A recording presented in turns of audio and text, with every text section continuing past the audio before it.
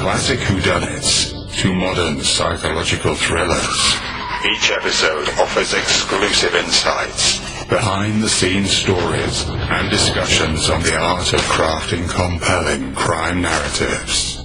Whether you're a seasoned investigator or a newcomer to the genre, Books to Die For is your ultimate guide to the thrilling world of crime literature. Welcome back into the house of mystery. I'm Al Warren, and we've got Mr. Joe Goldberg here. Well, we've got a returning writer with us today, and he's got book 5 of his series. It's the Andy Roark mystery, and it's called The Judge. So we got Peter Colt. Thank you for coming on the show, Peter. Thank you for having me. I'm really appreciative, as always. Well, Peter, here we are again. So book 5. Do you follow your characters' changes? Is that more important in a book than the actual side story? I don't even call it side story, but you've got, like, in this story, the Boston judge being blackmailed. Do you know what I'm saying? Is it primarily based more on what goes on, what happens to your character through this story, or is it really based on the judge and how your character reacts to it? Private eye fiction is great because the client is the MacGuffin. They're just the vehicle to get the story out there 90% of the time. It's these stories, they're told from the first person narrative, so they really are, Andy Roark centric, just same way, a lot of my predecessors have done it. Yeah, the judge, he's a character, but he's the vehicle. It really is about following the character's changes, how he goes through the investigation, and also what's going on in his life personally and his personal growth. So by book 5, is your character, is Andy the one leading this way then? Or do you direct your character? So when you finish book 4, is what I'm saying. So you sit down, you're going to start on 5. Is your character kind of directing you where he wants to go? In terms of the story, I usually have a rough idea, and I take that rough idea, and that's like the, as we say in the military, that's like the 6-digit grid coordinate. It gets you close, you're maybe within 100 meters, but then it's really Andy's story, and he takes it from there, and that gets us to, dialed down into almost pinpoint. What you see in this case is as he's developing and growing, the story goes in its direction, but he's also kind of moving a little bit away from his experiences in Vietnam, and so it's less Vietnam-centric. So in that regard, he drives the train on a lot of this. Yeah, so you're hearing your character. Yep, 100%. The character, it really it takes on a life of its own. He's based on certain experiences I've had or people I've known. There's a little bit I've taken from everything, but things that he does, the decisions that he makes are purely his, and I just put them down in words. Hey, Peter, I'm asking maybe a couple of questions here simply to help me out because I'm working on my new character and my new story. When you're a kid, it's all on me. Of course. I only ask questions. Our guest today is Joe Goldberg. Joe Goldberg, yeah, who's begging for helping with book help. When you're writing because I'm writing your character, how do you match up their reactions, response, growth with plot? Are you trying to create things that happen that make them reveal something as it's going through? Absolutely. How do you do that? How are you doing that? So part of it is faint brushstrokes is the way I think of it. My guy grows up in South Boston. He's born in the 1940s, so he grows up there in the 50s and early 60s. And it wouldn't have been a very enlightened time. And we don't show his entire growth to get him to where he is now. Having a client who has a homosexual affair and is being blackmailed, you see Andy's growth in that he kind of, I think, remarks casually that, as a kid, his perspective would have been different. And if you know anything about the Northeast in that time, especially areas like South Boston, absolutely, it wouldn't have been a very tolerant time and place. And so in a lot of ways, it's about revealing things without directly saying them. There's a character in the story who is a friend of his from the old neighborhood who's a somewhat salty police sergeant who is, kind of like Archie Bunker in uniform, I guess. So, and that's the way I tend to do it. That's how I reveal things about the characters, is not saying, Andy grew this way, Andy did that, and did that, but through the use of dialogue and really trying to not beat the reader over the head with it. Oh, that's good to know. How do you set up storyline suspense. I know it's not as important as a character. Got it. But something's got to happen. There's got to be something that keeps the reader wanting to turn to the next page. Certainly, it's what happens to your main character. Sure. But you had to plot it out. What's happening, and how do you do that? What's your process? I sit down. So whenever I have an idea for a new Andy Roark story or any story, I write out a brief 3-paragraph synopsis, populate it with a couple of standard characters, and then that's the starting point. So, this one's a blackmail story. So I already know we have a client, we have a crime, we have a detective, and I sit there and first of all, I had to figure out how one would conduct blackmail in the pre-internet, pre-digital camera era. So I had to talk to somebody about things like f-stops and 35mm film, and a very good friend of mine helped me with that. And once you get some of the mechanics of it, for me, a lot of the other stuff falls into place. Okay, you have pictures. You have to have a meeting. You have to have an exchange of money, because that's what blackmail is about. And in a lot of ways, the action and the scenes sort of flow and they piggyback within a general framework of the story that I've sat down and thought about. When you're doing this kind of research, how do you get into the head of, because you're writing from first person, so how is your character, how do I say this, how do you know how far to go with what you're going to reveal about your character? Because when, what his opinions are and how he judges things. One, I try and, in all things, I try and keep it very credible. I don't want him to, the opinions he expresses, certainly the sensibilities of today are taken into account. It is not a platform to promote modern sensibilities. It is to try and show him where he is in his process in the time, 1985. So that part of it's easy. I also sit there and as I write it, if something doesn't seem genuine, or if it seems forced, or if it doesn't seem like something he would do, and I'm just doing it for the sake of making him appear better or more heroic, more enlightened or anything, then I tend to look at that and say, all right, maybe we need to tweak that. And I'm really lucky that I have an excellent set of editors. I have a very good friend who reads them initially, and I have a lot of friends who will call bull. Oh my! Stuff. And that helps. Did you take this from your own particular experience? Well, Andy is much cooler than I am. He's, former Green Beret, Vietnam veteran. He's done a lot of really cool guy, tough guy stuff. So in that regard, no, because I have not been lucky enough to do that. But some of the Army and police stuff is, certainly translates over to that. There's certain things that just aren't going to happen. I was watching, there was a popular TV show on Breaking Bad and Better Call Saul. And I was watching a scene in a diner where one of the characters is a former cop. And I'm thinking, as I'm watching, going, what's wrong with this scene? And this is obviously a brilliant show, tons of awards. And it occurred to me, the character who's a former cop who has a checkered history is sitting with his back to the door. I don't know any cops who would do that.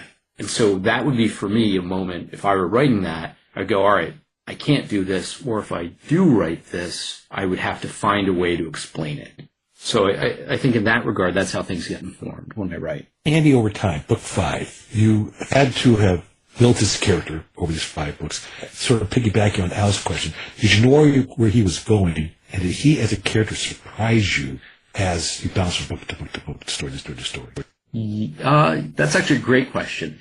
So I have a general idea of where he is going.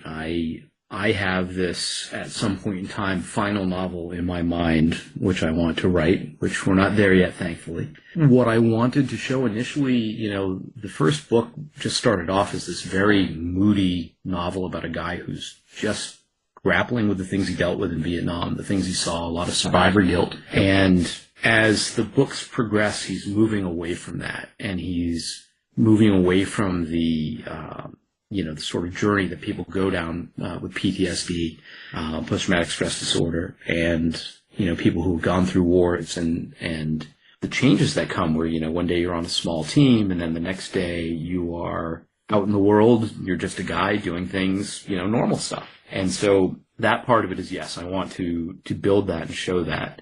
What surprises me sometimes is his reactions to things, at the end of the story.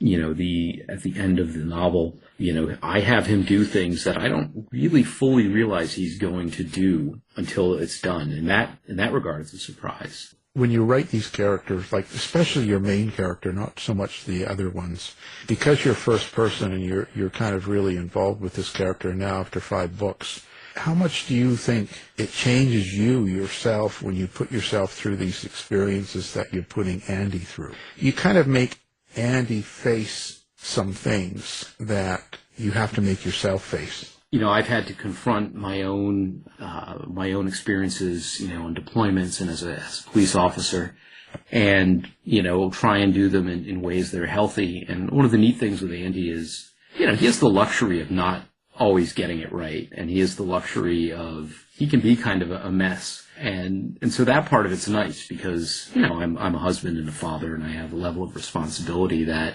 my character doesn't. And so that part of it, I think, is interesting for me. I get to sort of role play out, hey, what if on the day when I saw something bad at work, I came home and I didn't, help get the kids on the bus, or I didn't, go to the meeting after school, the parent-teacher conference or whatever, but I, just did what Andy would do. So that part of it can be a little bit fun. People ask me all the time if I'm writing an extension of myself, and I take from parts of my life, but he is his own character, and he's his own man. Well, you mentioned before we came online, and any author says is, I want my books to be entertaining. I want to write entertaining, whatever genre, I don't care. But you said you're pure entertainment. So what elements do you have to put into your book that the reader would expect to make it entertaining? First of all, the story has to keep the reader engrossed. I can't write Faulkner. I can't write 800 pages or, 1,000 pages.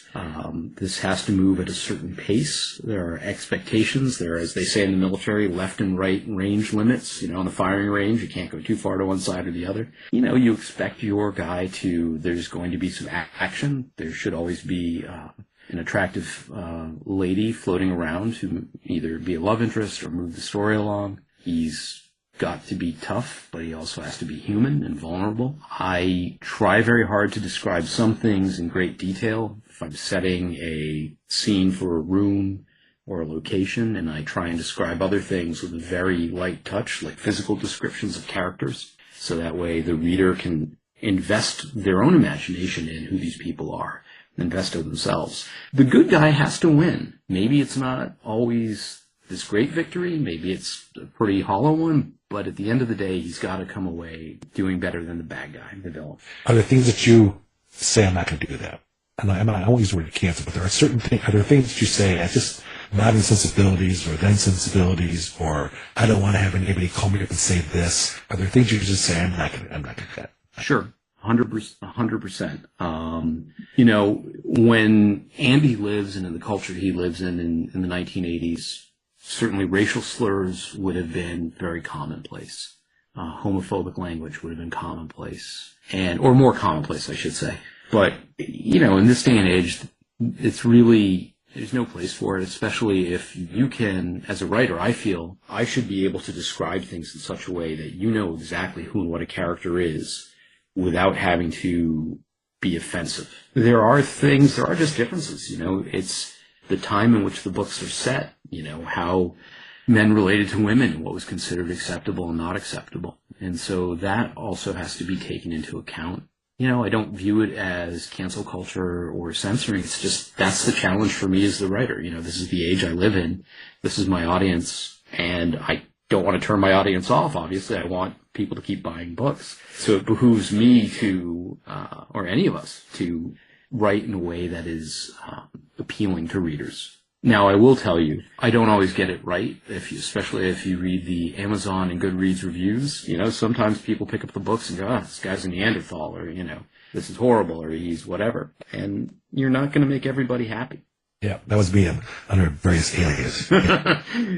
But there's a question there, and I'll jump in just with the last question. Reviews, so you read them? The reviews? Yeah. I do. You pay attention? I want to delineate. There are two different classes of reviewer in the world. There are the professionals who, Kirkus, all the newspapers, and I've had my share of tough reviews from them, but there's always a level of professionalism. And if there's something that they don't like, they just say, hey, maybe we don't want to review this or whatever. And I appreciate that. When it's out there in the universe to the masses on Amazon and Goodreads and other platforms, that's great too, because you're getting a very genuine response.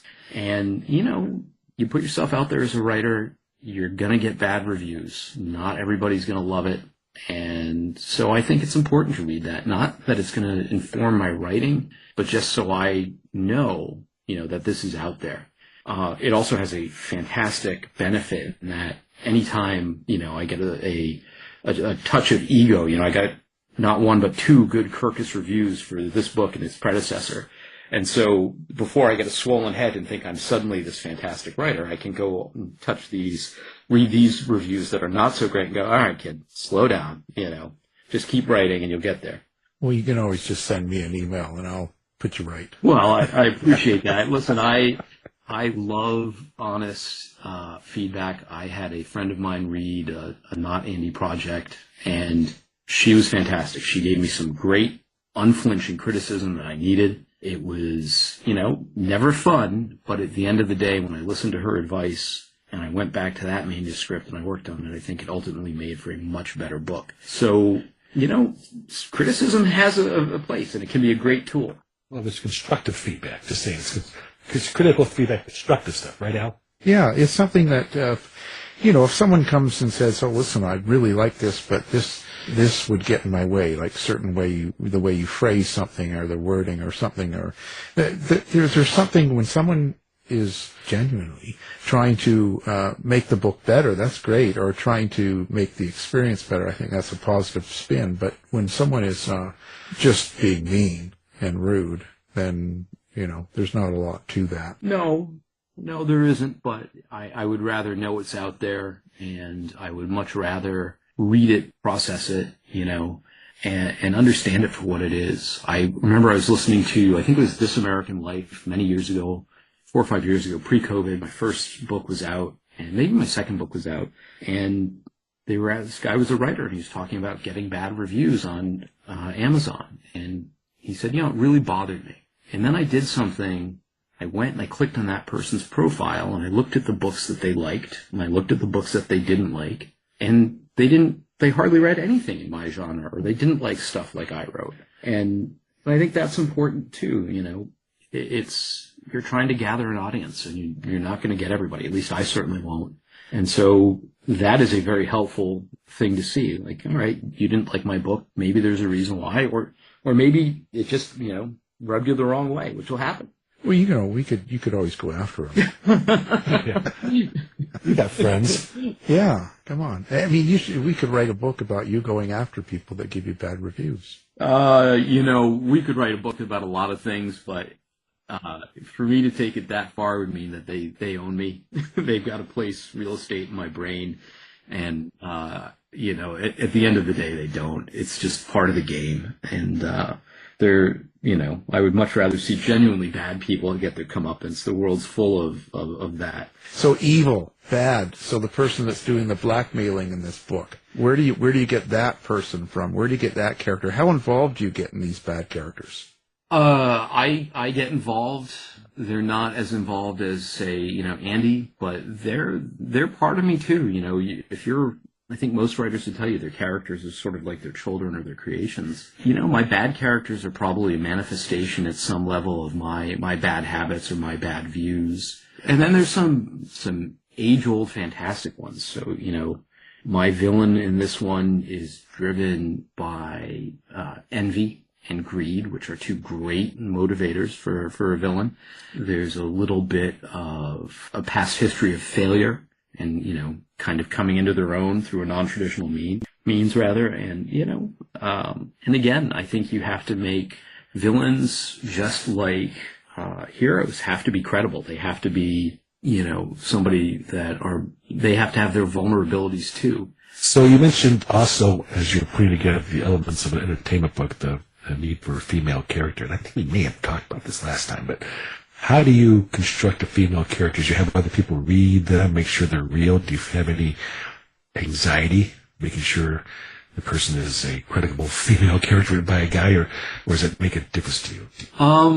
I don't think about it too much, other than I just try not to make them, too cookie cutter, too cardboard. I'm obviously not a woman, or at least last time I checked. And, you have to be careful when you write outside of your space. Again, it's trying to stay away from stereotypes and generalizations, I think, is probably the big help. I'm very lucky in that 3 of the people who currently read these, who edit them for me, the first edit, are all women. And so, again, I'm sure there are times, I can't remember them, but I'm sure there are times where they said, hey, maybe that doesn't work, or, nobody would do this. And again, trying to write the characters, just being credible with real emotional responses to things. We all have things, regardless of gender, that make us angry or afraid. So that's where I focus on it. Yeah, I always go back to the Terry Pratchett quote I said many times on the show. I think he's paraphrasing is, I don't write female characters, I write people.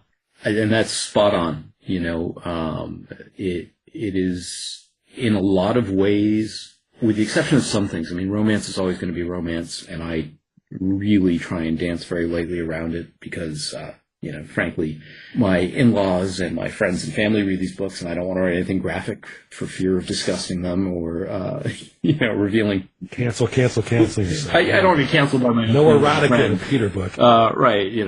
I'll pick a nom de plume if I'm going to do that. But yeah, it really is. You're just writing characters and just trying to make them, I know I harp on this term a lot, but credible and believable. You think about how disappointing it's been. I know if you've read more than, a few books, at some point in time, put a book down and said, this guy doesn't, feel right, or this isn't what somebody would do. Somebody gave me a book once, a couple of years ago, and it was set during World War II. And this main character shows up. They said, oh, this is so-and-so from the Defense Department. And I thought, well, I'm pretty sure it was called the War Department in World War II. And then when the character takes out 2 snub-nosed Colt revolvers and gets in a gunfight, John Woo style, dual wielding them, I said, it just doesn't really work that way. It's the same thing, whether you're writing an action sequence or a character. If you take the reader out of that moment, if you burst that bubble, that imaginary bubble that if you take them out of the scene, that's going to hurt. That's going to take them away from the book. It's going to make them not going to want to finish the book. It's going to make them not want to buy your next book.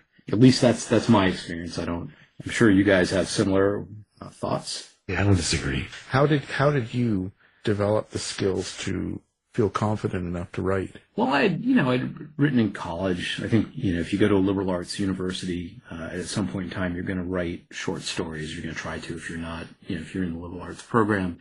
I always dabbled. I've written bad poetry for decades now that I try not to show anybody. And I think I told you this. I was on a deployment, started the first Andy Roark story, and I put it down and picked it up. And in terms of confidence about being a writer, once I finished the manuscript, I just asked a friend if their agent would take a look at it. So in that regard, I kind of fell into it. I got so lucky getting an agent really with the first manuscript the first time out. I didn't have time to stop and think about, should I do this? Shouldn't I do this? Am I good enough? Am I not good enough? For a guy who writes about a very introspective detective, it was not a very introspective moment in my life. I just kind of winged it. So maybe in that way, it is more like my character. But yeah, sheer dumb luck. And then, once you write one, it's easier. And my agent said, look, if you can write a series, that's easier to sell. And I ended up suddenly being on the hook for a second book, and then 2 more books that followed. And at that point, there was no slowing down and no going, oh, maybe I shouldn't do this, or maybe I'm not good enough. It was just, okay, I'm a writer now. This is part of what I do. What I did come away with, what was very important for me, was writing stories that I wanted to read. If you've ever been on a deployment, if you've ever done anything with the Army, you spend a lot of time reading for recreation because there's so much time, standing in lines, being in airports, flying places, and, just the day-to-day. And so, again, there's nothing worse than getting into a book 2/3 of the way through it and then losing interest or, being taken out of the story. So once I did get into the writing thing, I wanted to do it and really give my readers, the most entertaining story I was capable of. And I hope I've done that. I think I've been pretty good at it for my small fan base. What are your social media, website, all that information? Sure. I just launched a brand new website, which is petercoltauthor.com or .net. It was worked with this great company in Cambridge, Mass. called Author Bites, which if you guys are looking, I can't recommend them enough. Instagram and Facebook and X, I believe, are all Peter Colt Author. There's a picture of a much younger, much thinner, much more handsome me with much better hair, I might add, in a Army ACU pattern uniform, and I think my socials. There's a picture of me in a white, not quite fisherman sweater on my main website. Some cool pictures and essays about camping, and there's a gallery of pictures of me over the last, let's say, taking about a 15-year chunk out of my life in uniform. I am accessible. Anybody, I have the luxury of being because I am not Stephen King or Dennis Lehane or one of those big guys, I try and write back to everybody who emails, everybody who messages me. And again, you want to talk about connection. I don't know if I told you this. My first novel came out, and I got a message through Facebook, and it was from a guy who had been a forward air controller in Vietnam, a Covey pilot. He sent me, said, I was there. I supported these guys, and nobody writes about us. He said, this was great. You did a good job. To get that type of feedback is fantastic. That's why I love to have it out there. And like I said, anybody who writes, as long as you're not saying horrible things about me, I write back. And even if you are, I'll probably write back. Just slightly different message. Well, there you have it. You heard it here first. And the new book, it's out now. And let's see, what can we say? It's called The Judge. It's book number 5, Andy Roark's Mystery. And Peter Colt is our guest and the author. So thank you for being here. Gentlemen, thank you very much. It's always a pleasure, and I really look forward to it. You guys are a lot of fun, and it's a lot of laughs. Great, thanks. Keep in touch. This has been a production of the House of Mystery Radio Show. To find out more about our show, guests, or hosts, go to our website at houseofmysteryradio.com.